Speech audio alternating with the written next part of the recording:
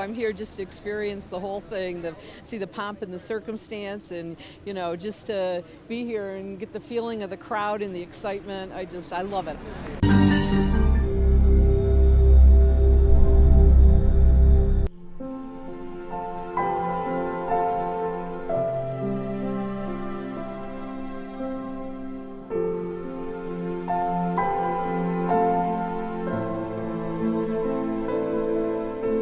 By 9 o'clock, the first of the 1,900 guests had begun to arrive. With roads around the whole area sealed off, they'd been asked to allow plenty of time to get to the Abbey. And this was certainly an occasion that no one wanted to miss. 50 members of the British royal family, 40 foreign royals, 60 governors-general and prime ministers from around the world, and some 200 diplomats and government officials.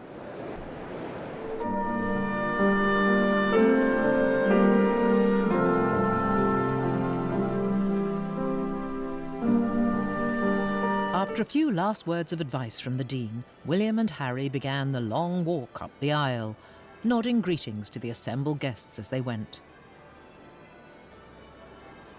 At their side was a man they've known for many years. Sir Stephen Lamport, now the Receiver General at the Abbey, was private secretary to Prince Charles during the difficult years of Diana's death and beyond. A familiar face to help put William at ease.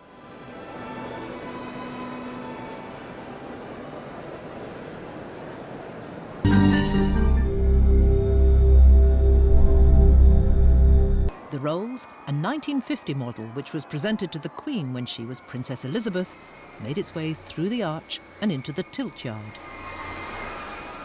The state trumpeter marked the departure of the Queen and Duke from Buckingham Palace. The huge crowds must have reminded them of the scenes at the Golden Jubilee celebrations 9 years earlier, when 1 million people thronged around the palace to mark the 50th anniversary of the Queen's reign. Today, though, they were proud grandparents above all else, and happy to let William and Catherine take centre stage.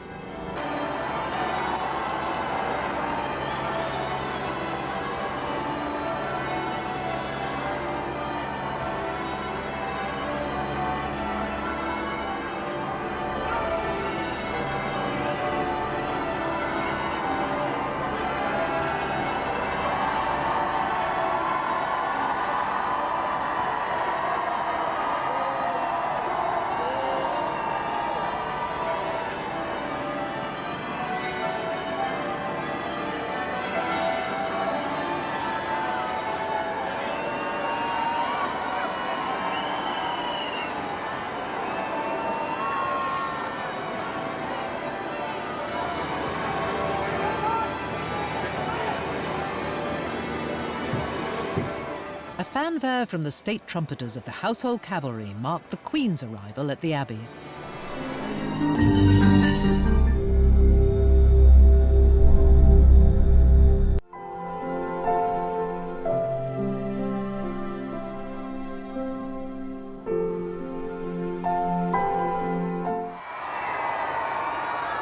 The crowds went wild. They loved what they could see. But we would all have to wait for the full impact of the dress until the bridal car reached Westminster.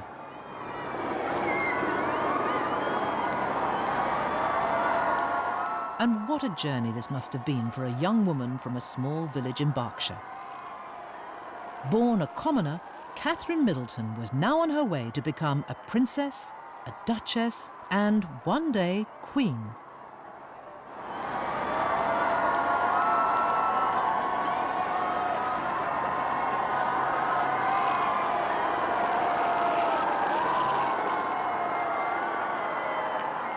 As the cheers and screams sounded around her and a forest of flags were waved, she seemed for all the world born to this role. Calm, composed, and gloriously happy.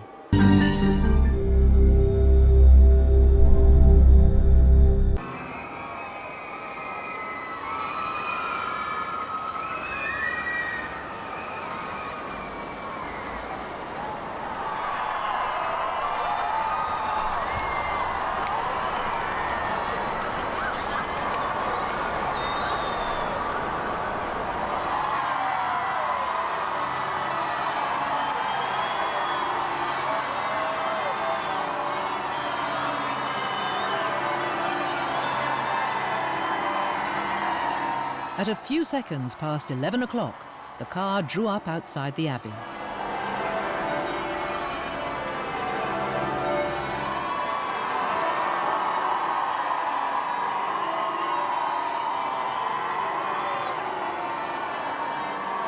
Catherine's bouquet was designed to complement her gown, and it was full of meaning. The lily of the valley signify happiness. The sweet William, not only her husband-to-be, but gallantry. Hyacinth represent constancy and love, and ivy, fidelity. There was also a traditional stem of myrtle, the emblem of marriage, from a plant grown by Queen Victoria, and a sprig from the myrtle plant used in the Queen's wedding bouquet in 1947.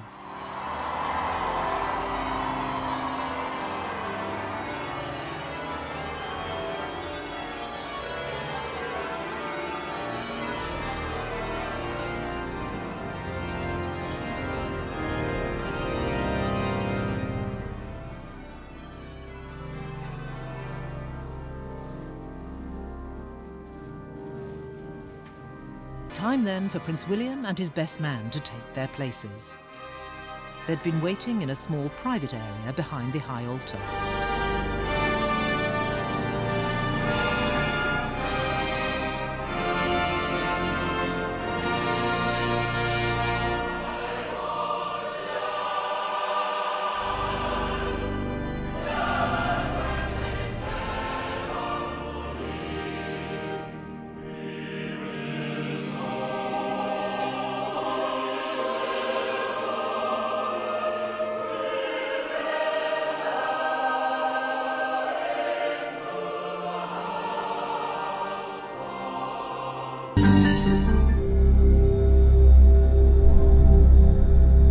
For Michael Middleton, this was a time of great pride and great emotion.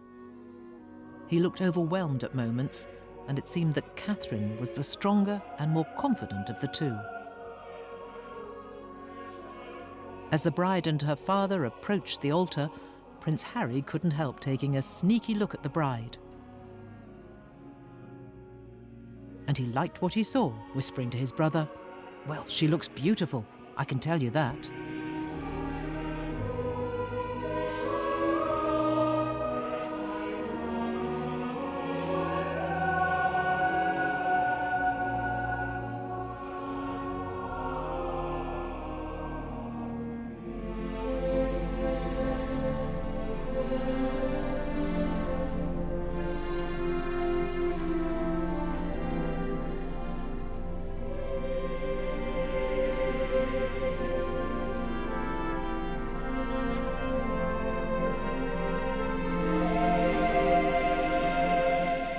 At last, a chance for William to see his bride and appreciate just how stunning she looked. "Incredible," he said. "You look beautiful."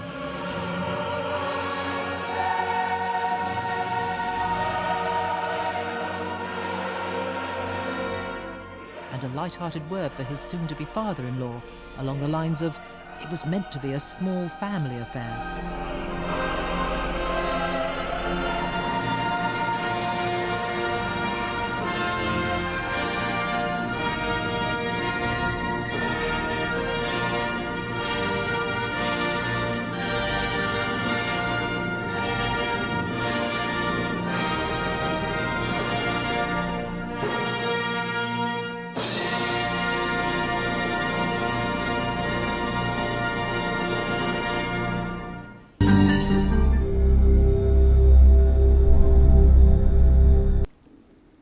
Dearly beloved, we are gathered here in the sight of God and in the face of this congregation to join together this man and this woman in holy matrimony. I, William Arthur Philip Louis. I, William Arthur Philip Louis. Take thee, Catherine Elizabeth. Take thee, Catherine Elizabeth. To my wedded wife. To my wedded wife. To have and to hold from this day forward. To have and to hold from this day forward. For better, for worse. For better, for worse. For richer, for poorer. For richer, for poorer. In sickness and in health. In sickness and in health. To love and to cherish. To love and to cherish. Till death us do part. Till death us do part. According to God's holy law. According to God's holy law. And thereto I give thee my troth. And thereto I give thee my troth.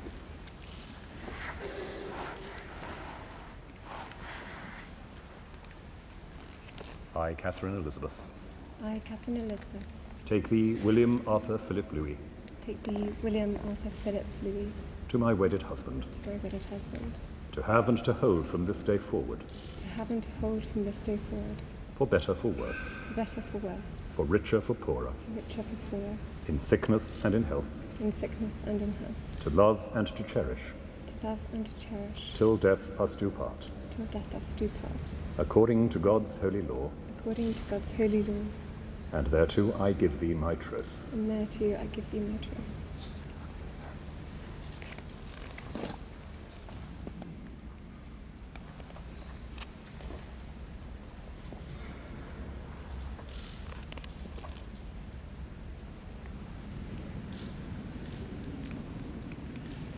With this ring I thee wed, With this ring I thee wed. with my body I thee honour, With my body I thee honour. and all my worldly goods with thee I share. And all my worldly goods with thee I share. In the name of the Father, In the name of the Father, and of the Son, and of the Son, and of the Holy Ghost. and of the Holy Ghost. Amen. Amen.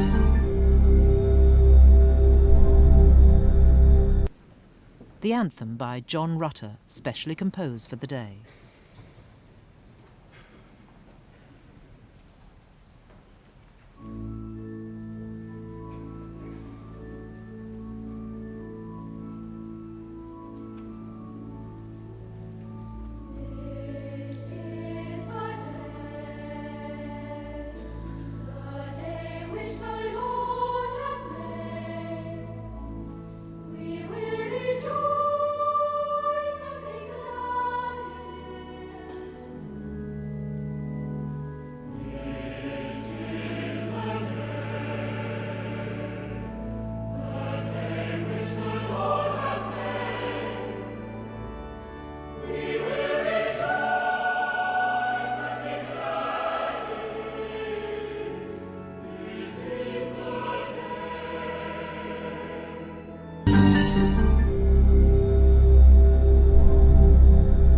Marriage is intended to be a way in which man and woman help each other to become what God meant each one to be, their deepest and their truest selves.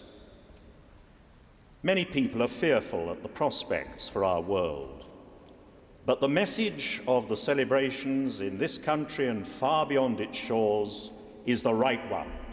This is a joyful day. It is good that people in every continent are able to share in these celebrations, because this is, as every wedding day should be, a day of hope. In a sense, every wedding is a royal wedding, with the bride and the groom as king and queen of creation, making a new life together so that life can flow through them into the future.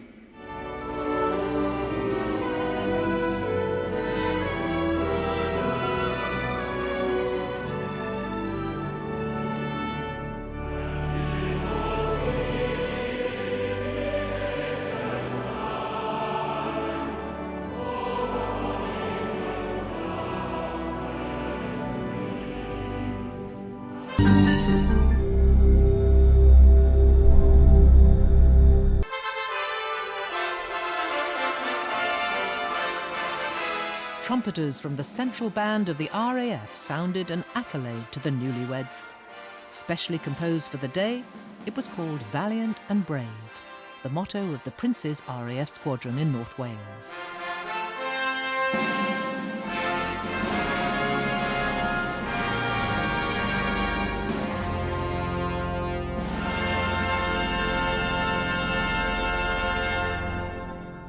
Catherine, now Her Royal Highness the Duchess of Cambridge, curtsied low to her grandmother-in-law, the Queen, who welcomed her into the family with a warm smile.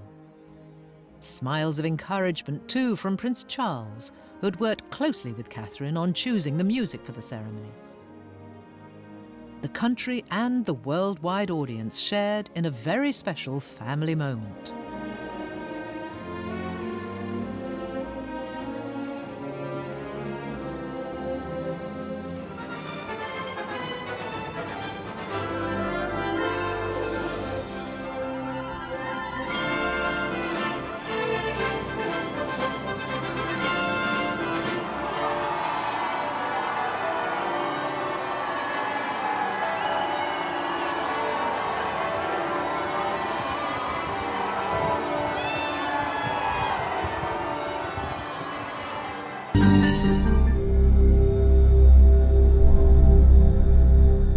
the new Duchess needed a reality check to confirm that life had now changed forever, perhaps the site of the 1902 state landau, built for King Edward VII, provided it.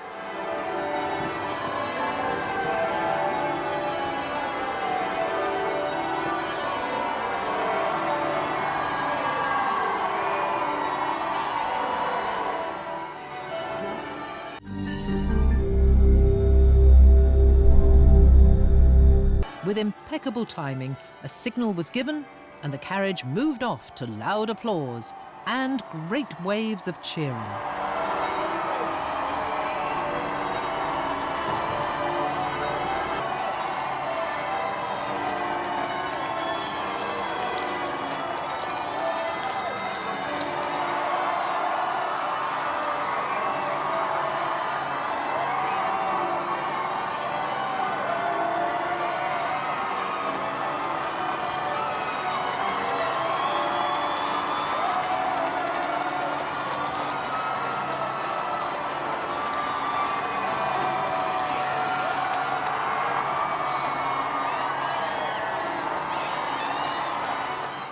At the Abbey, the Queen seemed animated as she chatted with Carol Middleton and the Duchess of Cornwall.